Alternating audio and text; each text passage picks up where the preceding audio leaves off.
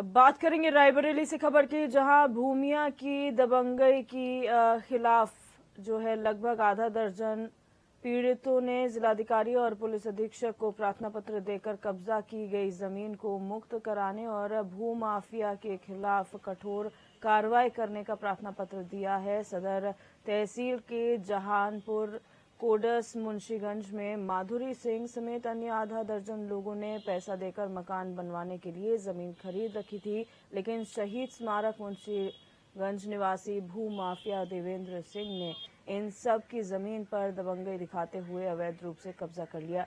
जब ये लोग अपनी जमीन पर निर्माण करने पहुंचे तब वो अपने गुर्गों के साथ इन लोगों को डरा धमका कर भगा देता था।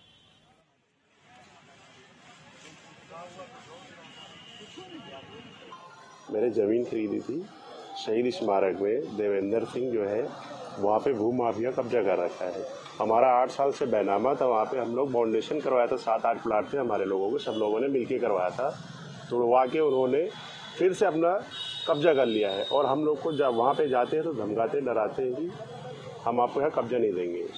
मेरा बिल्डर को बोलते हैं, बिल्डर जिससे मैंने खरीदा उन्होंने बोला है कि वो 50-60 लाख रुपए मेरे ले रखा है, वो हमें देंगे तब हम आपको यहाँ कब्जा करने देंगे, अन्यथा नहीं कब्जा करने देंगे। आप कहीं भी जाइए, किसी प्रकार की कोई दिक्कत होगी, हम कुछ कहीं भी जाइए हम नहीं दे पाएंगे ज़मीन आपको। हम लोग जाते हैं वहाँ से डरा के धमका के खेत देते हैं। वहाँ पे हमारा फाउंडेशन था, वो भी तोड़वा के उन्होंने फिर से अपना कब्जा कर लिया है। सर यहाँ हम पुलिस अधीक्षक के पास आए हैं, जो देवेंद्र सिंह है। ये शहीद स्मारक में हम लोगों ने प्लाट लिया था 7 लोगों को मिलके, और सर वहाँ जाते हैं तो डरा धमका के हम लोग को भगा देते हैं। अब हम फाउंडेशन भी हमारी थी, उसको तोड़ के अब हम लोग अब फिर से मिल ही नहीं रहा, कहीं इधर जा रहे हैं उधर जा रहे हैं, क्या करें अब नहीं मिल। आपने कहीं शिकायत की इसकी? हाँ, हमने डीएम के भी यहाँ दिया है एप्लीकेशन, और यहाँ पे पुलिस अधीक्षक के यहाँ भी दिया है। और हमारे संवाददाता असद खान इसी खबर पर हमारे साथ जुड़ चुके हैं। असद, जानकारी चाहेंगे, क्या पूरा मामला है? बिल्कुल, देखिए दिव्यदर्शी, इन लोगों के द्वारा एक जमीन खरीदी गई थी शहीद स्मारक, जो थाना कोतवाली क्षेत्र में लगता है, और वहां पर जो भू माफिया हैं उनके द्वारा इनकी जमीनों पर कब्जा कर लिया गया है। जबकि इनकी बाउंड्री भी बन चुकी थी, सारी चीजें थी, लेकिन जो ब्रोकर था और जो जमीन का क्रेता था उसके बीच कुछ पैसे के लेन देन को लेकर जिसका खामियाजा इन लोगों को भुगतना पड़ रहा है। और लगातार ये पुलिस अधीक्षक और आलोक प्रियदर्शी हैं जो, और माला श्रीवास्तव जो अभी जिलाधिकारी रही हैं और उनका अभी हाल ही में ट्रांसफर हुआ है। फिलहाल लगातार ये उनसे गुहार लगा रहे हैं, लेकिन अभी तक इन लोगों को अपनी जमीन पर पोजीशन नहीं मिल पाई है, और जिसको लेकर लगातार ये न्याय की गुहार लगा रहे हैं लोग।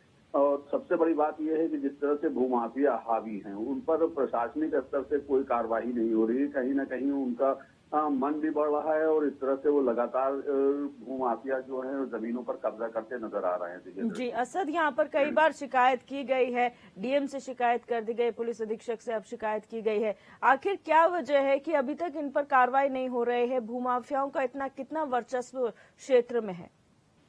दिव्यदर्शी, देखिए मैं बताना चाहूंगा, सबसे पहले तो जो शुरुआत की कड़ी होती है, जो लेखपाल के बाद कानून गो के बाद तहसीलदार के बाद एसडीएम, ये पूरी एक चेन होती है, और ये चेन राजस्व की एक बड़ी कड़ी भी मानी जाती है, जिनसे होकर गुजरना पड़ता है, और फिर कहीं जमीन की पैमाइश कराना, और फिर उसके बाद उस जमीन पर कब्जा करना। जब बाउंड्री बना ली गई और बाउंड्री बनाने के बाद भूमाफिया के द्वारा उस बाउंड्री को तोड़ दिया गया और उस पर कब्जा कर लिया गया, और जब ये वहां पर पहुंचते हैं तो ना तो इनकी पुलिस मदद कर रही है, ना राजस्व की टीम मदद कर रही है।